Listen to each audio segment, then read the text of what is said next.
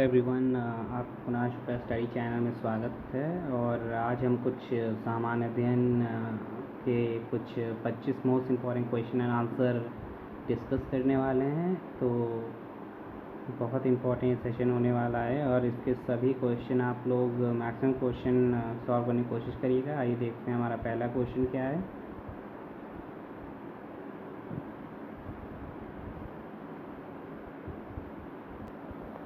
तो आपकी स्क्रीन में पहला क्वेश्चन है। पहला क्वेश्चन क्या कह रहा है देखते हैं। इंद्रावती टाइगर रिजर्व किस राज्य में है?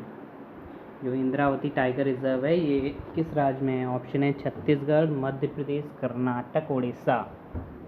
ये चार ऑप्शन है, छत्तीसगढ़, मध्य प्रदेश, कर्नाटक, उड़ीसा।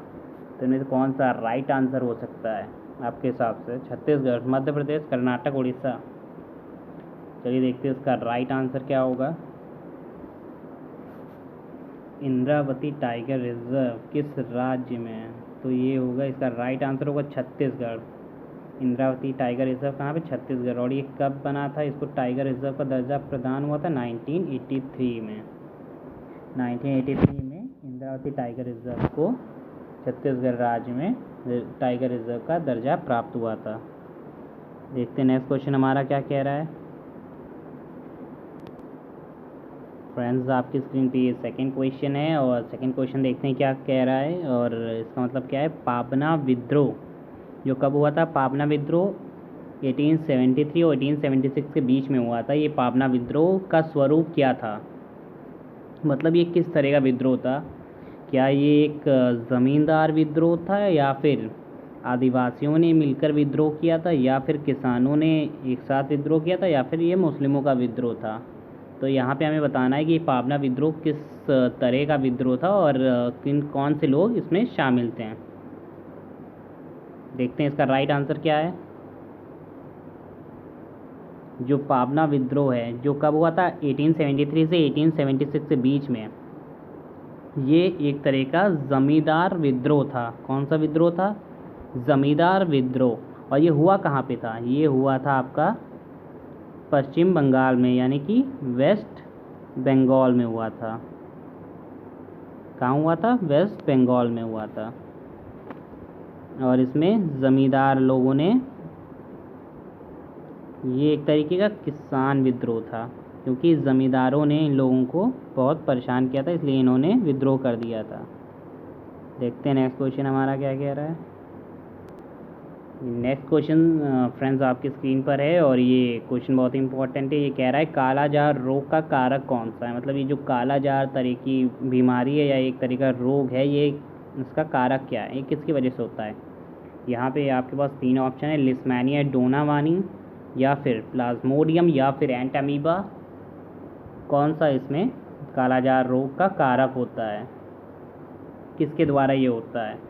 तो फ्रेंड्स, इसका जो राइट आंसर मैं आप लोगों को बता देता हूँ। जो कालाजार रोग है वो किसके कारण होता है? Leishmania donovani. ये एक तरीके का क्या है?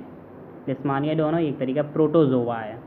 तो इसके, और जो मनुष्यों में होता है वो किसके द्वारा होता है? सैंड फ्लाइज के द्वारा होता है। ये सैंड फ्लाइज के द्वारा होता है। सैंड फ्लाइज के द्वारा होता है। ये जो लिस्मानिया डोनोवानी प्रोटोजोआ है जो मनुष्यों के शरीर में जाता है, वो ज़्यादातर किसके द्वारा जाता है? सैंड फ्लाइज के द्वारा जाता है। इसलिए ये कालाजार रोग हो जाता है मनुष्यों को। चलिए देखते हैं नेक्स्ट इंपॉर्टेंट क्वेश्चन की तरफ बढ़ते हैं। नेक्स्ट इंपॉर्टेंट क्वेश्चन क्या कह रहा है। तो फ्रेंड्स, ये हमारा क्वेश्चन नंबर 4 है और ये देखते हैं क्या कह रहा है। विजयनगर के सबसे प्रसिद्ध शासक कृष्णदेव राय किस राजवंश के थे? तो ये पूछ रहा है कि जो विजयनगर साम्राज्य के सबसे प्रसिद्ध शासक थे, सबसे फेमस राजा थे कृष्णदेव राय, वो किस राजवंश के थे? क्या वो मौर्य वंश के थे, या फिर वो तुलु वंश के थे, या फिर सुलु वंश के थे, या फिर संगम वंश के थे? तो फ्रेंड्स, जो इसका राइट आंसर होगा वो होगा आपकी स्क्रीन पर। जो विजयनगर के सबसे प्रसिद्ध शासक थे कृष्णदेव राय, ये तुलु वंश के थे। किस वंश के थे? ये तुलु वंश के थे। और ये तुलु वंश, इन्होंने, इनका जो शासन काल था वो कब तक था? इनका जो शासन काल था वो था 1509 से लेकर 1529। इनका जो शासनकाल था वो क्या था, 1509 से लेके 1529, और ये किस वंश से बिलोंग करते थे, तुलु वंश को बिलोंग करते थे। चलिए देखते हैं नेक्स्ट क्वेश्चन, इंपॉर्टेंट क्वेश्चन क्या कह रहा है। नेक्स्ट क्वेश्चन फ्रेंड्स आपकी स्क्रीन पे ये 5वां इंपॉर्टेंट क्वेश्चन निम्नलिखित में से पूछ रहा है, ये निम्नलिखित में से अलीगढ़ मुस्लिम विश्वविद्यालय की स्थापना किसने की थी। इन 4 ऑप्शन में से आपको बताना है कि अलीगढ़ मुस्लिम विश्वविद्यालय की स्थापना किसने की थी। ऑप्शन में है आपके पास बदरुद्दीन तैयब जी, इन्होंने की थी, या फिर मौलाना अबुल कलाम आज़ाद, या फिर हामिद अली खान, या फिर सैयद अहमद खान। इन 4 ऑप्शन में से बताना है कि अलीगढ़ मुस्लिम विश्वविद्यालय की स्थापना किसने की थी। तो इसका जो करेक्ट आंसर हो जाएगा वो हो जाएगा सर सैयद अहमद खान ने की थी। अलीगढ़ मुस्लिम विश्वविद्यालय की स्थापना किसने की थी, सैयद अहमद खान ने की थी। ये नेक्स्ट क्वेश्चन, क्वेश्चन नंबर 6 आपकी स्क्रीन पर है। आप बताइएगा इसका करेक्ट आंसर क्या होगा। पारंपरिक फुलकारी कढ़ाई शैली किस राज्य में सबसे ज़्यादा प्रसिद्ध है। ये एक तरह की कला शैली है, पारंपरिक फुलकारी कढ़ाई शैली, और ये बताना है हमें किस राज्य में सबसे ज़्यादा फेमस है। तो ऑप्शन है इसके आपकी स्क्रीन पर उड़ीसा, पश्चिम बंगाल, पंजाब या उत्तर प्रदेश। तो फ्रेंड्स आपके हिसाब से राइट आंसर क्या होना चाहिए, पश्चिम बंगाल, पंजाब, उत्तर प्रदेश या फिर उड़ीसा। मैं आपको बता देता हूँ इसका जो करेक्ट आंसर होगा वो क्या होगा, पंजाब। तो जो ये पारंपरिक फुलकारी कढ़ाई शैली है वो किससे बिलोंग करती है, ये आपके पंजाब से बिलोंग करती है, और ये पंजाब के विवाह समारोह में बहुत ही अहम हिस्सा है उसका। तो फ्रेंड्स आपकी स्क्रीन पे जो नेक्स्ट इंपॉर्टेंट क्वेश्चन है वो क्वेश्चन नंबर 7 है, और ये देखते हैं क्या कह रहा है। ये पूछ रहा है कि सुभाष चंद्र बोस किस वर्ष कांग्रेस पार्टी के अध्यक्ष बने थे। जी हाँ फ्रेंड्स, इसमें बताना है कि सुभाष चंद्र बोस किस वर्ष कांग्रेस पार्टी के अध्यक्ष बने थे। ये बहुत इंपॉर्टेंट क्वेश्चन है सभी कॉम्पिटिटिव एग्ज़ाम्स के लिए। तो 4 ऑप्शन आपके पास है, 1932 में, 1938 में, 1941 में, 1943 में। किस वर्ष ये कांग्रेस पार्टी के अध्यक्ष चुने गए थे या बने थे। तो फ्रेंड्स इसका राइट आंसर मैं आप लोगों को बता देता हूँ कि जो इसका जो राइट आंसर होगा वो क्या होगा, 1938 में। जो सुभाष चंद्र बोस थे वो 1938 के अधिवेशन में, गुजरात अधिवेशन में, कौन से अधिवेशन में, गुजरात के अधिवेशन में इन्हें अध्यक्ष चुना गया था। तो आशा करता हूँ ये क्वेश्चन आपको समझ में आ गया होगा, और हम देखते हैं नेक्स्ट क्वेश्चन हमारा क्या कह रहा है। तो फ्रेंड्स ये क्वेश्चन नंबर 8 है आज का हमारा। इसमें बताना है कि निम्नलिखित में से कहाँ लोकगीत की एक शैली रागनी, रागनी एक तरीका लोकगीत है, प्रसिद्ध है, वो किस राज्य में प्रसिद्ध है। यहाँ पे आपके पास 3 ऑप्शन है, हरियाणा, राजस्थान या पश्चिम बंगाल। आपको ये 3 ऑप्शन में से बताना है कि रागनी नाम का जो लोकगीत है वो कहाँ पे प्रसिद्ध है, किस राज्य में। तो जल्दी से इसका आंसर आप कमेंट बॉक्स में टाइप करिए, जो आपको लगता है कि इसका एकदम करेक्ट आंसर हो सकता है। तो मैं आपको बता देता हूँ इसका जो करेक्ट आंसर है वो होगा, वो कौन सा राज्य है, राजस्थान नहीं होगा, पश्चिम बंगाल नहीं होगा। तो इसका जो करेक्ट आंसर हो जाएगा वो हरियाणा होगा। तो रागिनी नाम की जो लोकगीत है वो किस राज्य में प्रसिद्ध है, वो सबसे ज़्यादा आपके ऑप्शन है हरियाणा राज्य में प्रसिद्ध है। चलिए देखते हैं नेक्स्ट क्वेश्चन क्या कह रहा है हमारा। तो फ्रेंड्स ये क्वेश्चन नंबर 9 है, और इसमें आपको बताना है कि भारतीय रक्षा बल के सुप्रीम कमांडर कौन हैं। जी हाँ फ्रेंड्स, भारतीय रक्षा बल के सुप्रीम कमांडर कौन होता है, कौन सा व्यक्ति होता है। क्या वो प्रधानमंत्री होता है, रक्षा मंत्री, या फिर राष्ट्रपति को कहते हैं हम, या फिर सेना प्रमुख को। बहुत से लोगों के मन में ये क्वेश्चन आ रहा होगा, इसका आंसर होगा सेना प्रमुख, क्योंकि यहाँ पे संबंध रक्षा से है। तो जिनके मन में सेना प्रमुख आ रहा है वो लोग मैं आपको बता देता हूँ वो बिल्कुल गलत सोच रहे हैं।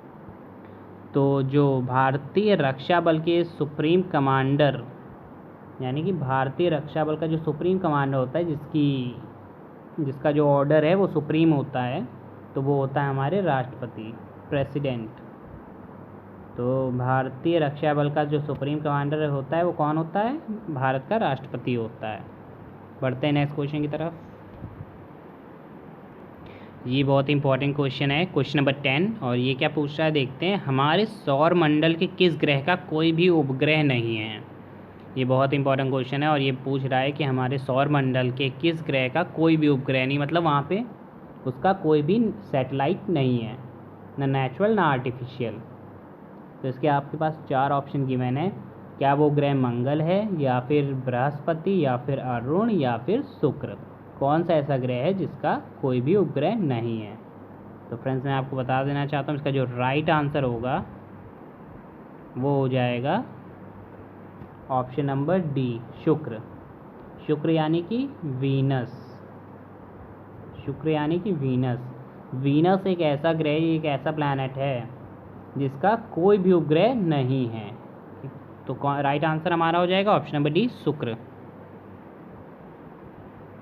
तो फ्रेंड्स एक क्वेश्चन नंबर 11 देखते हैं, ये क्या कह रहा है। ये पूछा उलूरू का तात्पर्य क्या है। यहाँ पे उलूरू वर्ड लिया गया है। तो सबसे पहले यहाँ पे मतलब पूछा गया है कि उलूरू है क्या आखिरकार। तो यहाँ पे 4 ऑप्शन आपके पास हैं।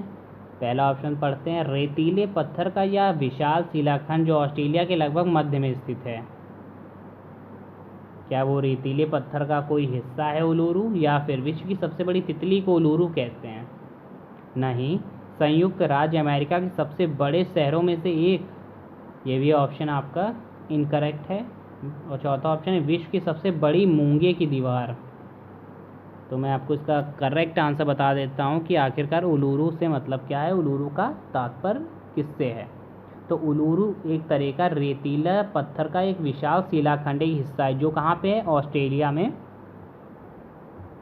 ऑस्ट्रेलिया के लगभग मध्य में स्थित है। तो उलूरू कहाँ स्थित है, उलूरू है आपका ऑस्ट्रेलिया में। और ये है क्या, एक रेतीले पत्थर का हिस्सा है। चलिए बढ़ते हैं नेक्स्ट क्वेश्चन के, देखते हैं नेक्स्ट क्वेश्चन क्या। तो फ्रेंड्स ये क्वेश्चन नंबर 12 आपकी स्क्रीन पर है और ये क्या कह रहा है, संविधान में प्रथम संशोधन किस वर्ष किया गया।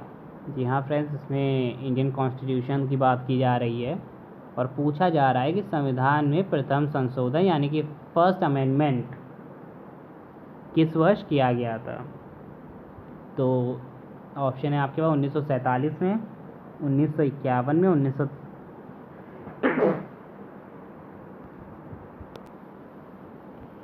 तो फ्रेंड्स ये आपके पास क्वेश्चन नंबर 12 है। आप जल्दी से इसका करेक्ट आंसर बताइए। संविधान में प्रथम संशोधन किस वर्ष किया गया था। 4 ऑप्शन आपके पास गिवन है, 1947, 1951, 1953 या 1957। तो इसका करेक्ट आंसर मैं आपको बता दे रहा हूँ। जो इसका करेक्ट आंसर होगा वो 1951 होगा। जी हाँ फ्रेंड्स, संविधान में प्रथम संशोधन फर्स्ट अमेंडमेंट जो हुआ था वो कब हुआ था, 1951 में हुआ था। और 1951 में जो प्रथम संशोधन हुआ था उसके तहत 9वीं सूची संविधान में जोड़ी गई थी। कौन सी सूची जोड़ी गई थी, 9वीं सूची, जो किससे रिलेटेड है, भूमि सुधार से रिलेटेड थी। तो 1951 में ये संशोधन हुआ था। आशा करता हूँ आपको ये क्वेश्चन अच्छे से समझ में आ गया होगा। बढ़ते हैं नेक्स्ट क्वेश्चन की तरफ। तो फ्रेंड्स क्वेश्चन नंबर 13 आपकी स्क्रीन पर है और जल्दी से आप इस क्वेश्चन को पढ़ के इसका राइट आंसर दीजिए। क्या हो सकता है इसका राइट आंसर। निम्नलिखित में से किस देश को यूरोप का खेल का मैदान कहा जाता है। कौन सी ऐसी कंट्री है जिसे यूरोप का खेल का मैदान कहते हैं। ऑप्शन है बेल्जियम, स्विट्ज़रलैंड, नीदरलैंड या जर्मनी। बताइए क्या वो बेल्जियम को कहते हैं, या फिर नीदरलैंड को, या फिर स्विट्ज़रलैंड को। किसको कहते हैं खेल का मैदान, यूरोप का खेल का मैदान किसे कहा जाता है।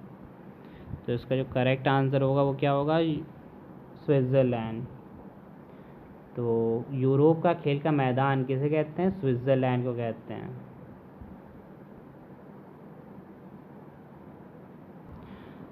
फ्रेंड्स क्वेश्चन नंबर 14 आपकी स्क्रीन पर है। देखते हैं क्या कह रहा है। केंद्रीय शुष्क क्षेत्र अनुसंधान संस्थान कहाँ स्थित है। ये बहुत इंपॉर्टेंट क्वेश्चन है क्योंकि अनुसंधान से रिलेटेड क्वेश्चन पूछे जाते हैं कि आलू अनुसंधान कहाँ पे है, ये अनुसंधान कहाँ पे, ये सारी चीज़ें पूछी जाती हैं। तो ये क्वेश्चन नंबर 14 क्या कह रहा है, केंद्रीय शुष्क क्षेत्र अनुसंधान संस्थान कहाँ स्थित है। ऑप्शन है जोधपुर में, जैसलमेर, नागौर में या चूरू में।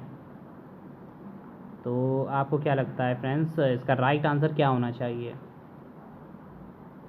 तो मैं आपको बता देता हूँ, इसका जो राइट आंसर होना चाहिए और जो है वो क्या है? केंद्रीय शुष्क क्षेत्र अनुसंधान संस्थान कहाँ स्थित है? जोधपुर, जो कि कहाँ पे है? राजस्थान राज्य में। जोधपुर कहाँ है? राजस्थान। और ये केंद्रीय शुष्क क्षेत्र अनुसंधान को क्या बोलते हैं इंग्लिश में? केंद्रीय शुष्क अनुसंधान को इंग्लिश में बोलते हैं इसको CAJRI, ये बोलते हैं केंद्रीय शुष्क अनुसंधान क्षेत्र को। ये कहाँ पे? जोधपुर राजस्थान में। बढ़ते हैं नेक्स्ट क्वेश्चन की तरफ। फ्रेंड्स, क्वेश्चन नंबर 15 आपकी स्क्रीन पर है और देखते हैं क्या कह रहा है। भारत में किस राज्य ने सर्वप्रथम पंचायती राज की शुरुआत की थी? ये बताना है कि सबसे पहले पंचायती राज की शुरुआत किस राज्य ने की थी? मध्य प्रदेश ने, गुजरात ने, राजस्थान ने या फिर तमिलनाडु ने? ये क्वेश्चन लेखपाल भर्ती में ही पूछा गया है कई बार कि सर्वप्रथम पंचायती राज की शुरुआत कहाँ से हुई थी। तो जो इसका करेक्ट आंसर होना चाहिए वो होगा राजस्थान। जो इसका करेक्ट आंसर होगा वो क्या होगा? वो होगा राजस्थान। सर्वप्रथम पंचायती राज की शुरुआत कहाँ से होती है? राजस्थान के नागौर जिले से। कौन से जिले से? राजस्थान के नागौर जिले से सर्वप्रथम इसकी शुरुआत हुई थी। और ये शुरुआत हुई कब थी पंचायती राज की? 1959 में। तो आशा करता हूँ आपको ये क्वेश्चन समझ में आ गया होगा। बढ़ते हैं नेक्स्ट क्वेश्चन की तरफ। तो फ्रेंड्स, क्वेश्चन नंबर 16 आपकी स्क्रीन पर है और ये पूछ रहा है जेट इंजन का आविष्कार किसने किया था? ये आविष्कार के क्वेश्चन हर बार पूछे जाते हैं एग्ज़ाम में और हम एंड टाइम पे भूल जाते हैं कि। तो कुछ फ्रेंड्स ये पूछा है जेट इंजन का आविष्कार किसने किया था? जेम्स वॉट ने, रॉजर बेकर ने, सर फ्रैंक व्हिटल ने या फिर लुइस एडिसन वाटरमैन ने? तो इसका जो करेक्ट आंसर होगा वो हो जाएगा रॉजर बेकन। नहीं होगा। जो जेट इंजन का आविष्कार किसने किया था वो थे सर फ्रैंक व्हिटल। कौन थे? Sir Frank Whittle. Jet engine का किसने आविष्कार किया था? Sir Frank Whittle. बढ़ते हैं नेक्स्ट क्वेश्चन की तरफ।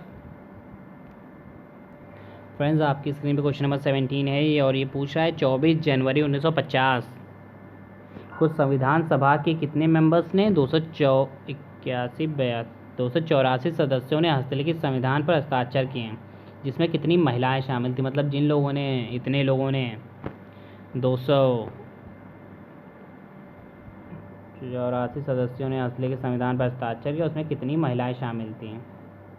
ये आपको बताना है। तो फ्रेंड्स बताइए इसमें कितनी महिलाएं शामिल थी?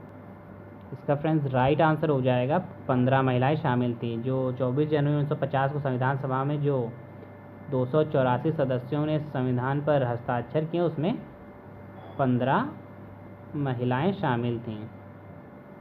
15 महिलाएं शामिल थीं।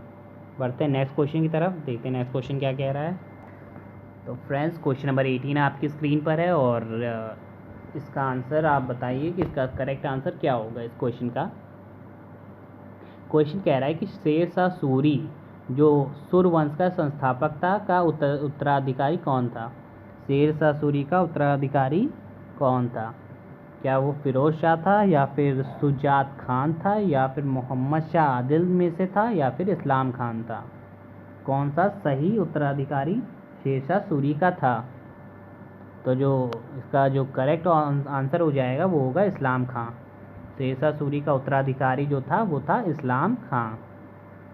और शेरशाह सूरी का एक और क्वेश्चन आता है जो बहुत इंपॉर्टेंट है। शेरशाह सूरी का बचपन का नाम क्या था? तो शेरशाह सूरी का बचपन का नाम जो था वो क्या था? फरीद खां। शेरशाह सूरी का बचपन का नाम क्या था? फरीद खां। बढ़ते हैं नेक्स्ट क्वेश्चन की तरफ। फ्रेंड्स, क्वेश्चन नंबर 19 आपकी स्क्रीन पर है और ये पूछ रहा है पाक जल डमरू मध्य किसके बीच स्थित है? ये एक इजी क्वेश्चन मैंने इसमें से लिया है और आपको बताना है कि पाक जल डमरू मध्य किसके बीच स्थित है। ऑप्शन है भारत पाकिस्तान या फिर भारत बांग्लादेश, भारत श्रीलंका भी हो सकता है या भारत मालदीव। कौन सा करेक्ट आंसर है?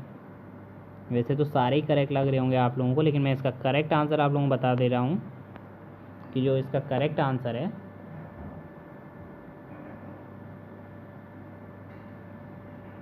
वो क्या है? भारत और श्रीलंका। जो पाक जलडमरू मध्य है वो किस देश के बीच में है? पाक जलडमरू मध्य किसके? ऑप्शन सी आपका करेक्ट होगा, भारत और श्रीलंका के बीच में है ये। बढ़ते हैं नेक्स्ट क्वेश्चन की तरफ। फ्रेंड्स, क्वेश्चन नंबर 20 आपकी स्क्रीन पर है और ये पूछ रहा है नेपा नगर निम्नलिखित में से किस उद्योग के लिए प्रसिद्ध है? मतलब नेपा नगर में कौन सा व्यापार सबसे ज़्यादा प्रसिद्ध है? ऑप्शन में है चीनी, या फिर ऊनी वस्त्र, अखबारी कागज, या फिर उर्वरक। तो इसका जो करेक्ट ऑप्शन होगा वो मैं आपको बता दे रहा हूँ, नेपा नगर। कहाँ पे है? पहली बात तो नेपा नगर कहाँ पे? मध्य प्रदेश में है ये नेपा नगर। और ये किसके लिए प्रसिद्ध है? ये है प्रसिद्ध अखबारी कागज़ के लिए। नेपा नगर सबसे ज़्यादा किस चीज़ के लिए प्रसिद्ध है? अखबारी कागज़ के लिए ये प्रसिद्ध है। तो इसका करेक्ट आंसर हो जाएगा, वो होगा ऑप्शन नंबर सी। बढ़ते हैं नेक्स्ट क्वेश्चन की तरफ। फ्रेंड्स, क्वेश्चन नंबर 21 आपकी स्क्रीन पर है और ये पूछ रहा है पहला राजीव गांधी खेल रत्न पुरस्कार किसको दिया गया था? जी हाँ फ्रेंड्स, भारत में जो खेल पुरस्कार दिए जाते हैं उसमें सबसे बड़ा पुरस्कार है ये राजीव गांधी खेल रत्न पुरस्कार। और ये किसको दिया गया था? ऑप्शन में विश्वनाथ आनंद को, या फिर धनराज पिल्लई को, या फिर सचिन तेंदुलकर, या फिर गीत सेठी को। तो बिना कंफ्यूज किए आप लोगों में करेक्ट आंसर बता दे रहा हूँ। तो जो इसका करेक्ट आंसर हो जाएगा वो हो जाएगा आपका सबसे पहला ऑप्शन, यानी कि विश्वनाथन आनंद। और इनको किस खेल में मिला था? वो चेस के खेल में मिला था, यानी कि शतरंज के खेल में इन्हें भारत का पहला राजीव गांधी खेल रत्न पुरस्कार दिया गया था। आशा करता हूँ ये क्वेश्चन आपको समझ में आ गया होगा। बढ़ते हैं नेक्स्ट क्वेश्चन की तरफ। तो फ्रेंड्स, क्वेश्चन नंबर 22 आपकी स्क्रीन पे है और फटाफट इसका आंसर आप लोग कीजिए कि लिब्रो शब्द किस खेल से संबंधित है। जैसे हर खेल से कोई ना कोई शब्द जुड़ा हुआ होता है, वैसे लिब्रो शब्द किस खेल से संबंधित है? खो खो से, वॉलीबॉल से, बास्केटबॉल से, या फिर कबड्डी से। तो फ्रेंड्स, इसका जो राइट आंसर हो जाएगा, लिब्रो शब्द जो है वो वॉलीबॉल से संबंधित है। लिब्रो वर्ड हम कहाँ पे यूज़ करते हैं? वो वॉलीबॉल में यूज़ होता है। और वॉलीबॉल में कितने खिलाड़ी होते हैं? वॉलीबॉल में 6 खिलाड़ी होते हैं एक टीम में। तो ये भी एक इम्पॉर्टेंट है। वॉलीबॉल में कितने खिलाड़ी होते हैं? 6 खिलाड़ी होते हैं। बढ़ते हैं नेक्स्ट क्वेश्चन की तरफ। तो फ्रेंड्स, आपकी स्क्रीन पर क्वेश्चन नंबर 23 आ चुका है वो, और ये पूछ रहा है कि फुटबॉल के मोहन बागान क्लब की स्थापना किस वर्ष हुई थी? जी हाँ, ये एक क्लब है, बहुत ही फेमस भारत का फुटबॉल क्लब है और जिसका नाम है मोहन बागान क्लब। इसकी स्थापना किस वर्ष हुई थी? 1850, 1879, 1889, या फिर 1901 में। तो मैं आपको बता देता हूँ इसका जो करेक्ट आंसर होगा, मोहन बागान क्लब की स्थापना किस वर्ष हुई थी? वो हुई थी 1889 में। और इसके जो संस्थापक थे वो कौन थे? भूपेंद्र नाथ बोस। इसके जो संस्थापक थे वो कौन थे? भूपेंद्र नाथ बोस इसके जो संस्थापक थे। बढ़ते हैं नेक्स्ट क्वेश्चन की तरफ, देखते हैं नेक्स्ट क्वेश्चन क्या। तो फ्रेंड्स, क्वेश्चन नंबर 24 आपकी स्क्रीन पे और ये पूछ रहा है कि निम्नलिखित में से कौन सा क्षेत्र टोडा जनजाति का मूल निवास स्थान है? मतलब टोडा जनजाति कहाँ पर रहती है, उनका जो प्रथम स्थान है, मूल स्थान, वो कहाँ पर है? गारो पहाड़ियों में, जैनासार पहाड़ियों में, या नीलगिरी पहाड़ियों में, या जैंतिया की पहाड़ियों में? कौन सी पहाड़ियों में टोडा जनजाति हमारी पाई जाती है और उसका वो मूल निवास स्थान है? तो इसका करेक्ट आंसर मैं आप लोगों को बता देता हूँ। जो टोडा जनजाति का मूल निवास स्थान है वो कहाँ पर है? नीलगिरी की पहाड़ियों में। तो आपका करेक्ट आंसर हो जाएगा ऑप्शन नंबर सी। और नीलगिरी की पहाड़ियाँ पाई कहाँ पे जाती हैं? वो दक्षिण भारत में पाई जाती हैं। बढ़ते हैं नेक्स्ट क्वेश्चन की तरफ। तो फ्रेंड्स, क्वेश्चन नंबर 25 और ये आज का लास्ट क्वेश्चन है और ये पूछ रहा है स्ट्रोम्बोली है क्या? एक सक्रिय ज्वालामुखी है, या फिर प्रक्षुब्ध ज्वालामुखी, या फिर शांत ज्वालामुखी, या फिर में से कोई नहीं? तो मैं आप लोगों को बता देना चाहता हूँ कि स्ट्रोम्बोली एक तरीके का कैसा ज्वालामुखी है? ये आपका सक्रिय ज्वालामुखी। और ये पाया कहाँ पे जाता है? स्ट्रोम्बोली जो है भूमध्य सागर, कहाँ पाया जाता है स्ट्रोम्बोली? भूमध्य सागर में ये पाया जाता है। और इसे भूमध्य सागर का प्रकाश स्तंभ भी कहते हैं। स्ट्रॉम्बोली क्या बोलते हैं? भूमध्य सागर का प्रकाश स्तंभ भी कहते हैं। तो फ्रेंड्स, ये आज का लास्ट क्वेश्चन था। अगर आपको मेरी वीडियो पसंद आई हो और आपको इससे काफ़ी कुछ सीखने को मिला हो तो प्लीज़ इस वीडियो को लाइक करिए और सब्सक्राइब करिए और अपने सारे फ्रेंड्स में शेयर ज़रूर करिए। Thank you.